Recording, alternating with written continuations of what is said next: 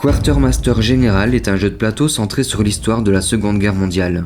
6 puissances mondiales réparties en 2 camps, l'Axe d'un côté, les Alliés de l'autre vont s'affronter. Chacune de ces nations aura sa propre philosophie de jeu. Celle-ci s'exprimera au travers d'un paquet de cartes et d'une réserve d'armées et de flottes propres à chaque nation. Nous revisiterons alors la Seconde Guerre mondiale en tenant compte des caractéristiques des puissances d'antan et de leur évolution durant la guerre. Des lignes de ravitaillement directement liées à notre capitale et à nos territoires seront à protéger. Ces lignes constituent le nerf de la guerre et du jeu. L'expansion territoriale en sera totalement dépendante.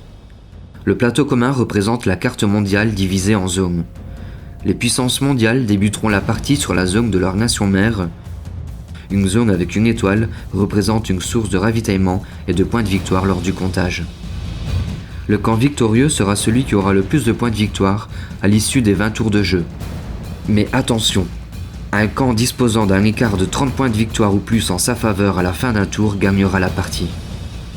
Le matériel individuel est composé d'un paquet de cartes qui représentent la capacité économique et militaire de la nation. Ces cartes sont spécifiques pour chaque nation. Chaque nation aura donc une réserve propre d'armées et de flottes. Chaque joueur incarnera une ou plusieurs nations d'un des 2 camps, et ceux-ci s'affronteront. À plus de 2 joueurs, la partie s'orientera vers un jeu d'équipe où nous devrons deviner les actions des autres nations de notre camp afin de mieux coordonner une stratégie victorieuse. Il y a 8 types de cartes. Les cartes de construction d'armées et de flottes vous permettront de placer une armée ou une flotte sur une zone libre ou du même camp. Les cartes bataille terrestre et navale vous permettront d'éliminer une unité ennemie d'une de vos zones adjacentes à cette unité. Les cartes événements auront un effet particulier immédiat. Les cartes statuts seront, elles, à effet permanent pendant le reste de la partie, sous des conditions particulières.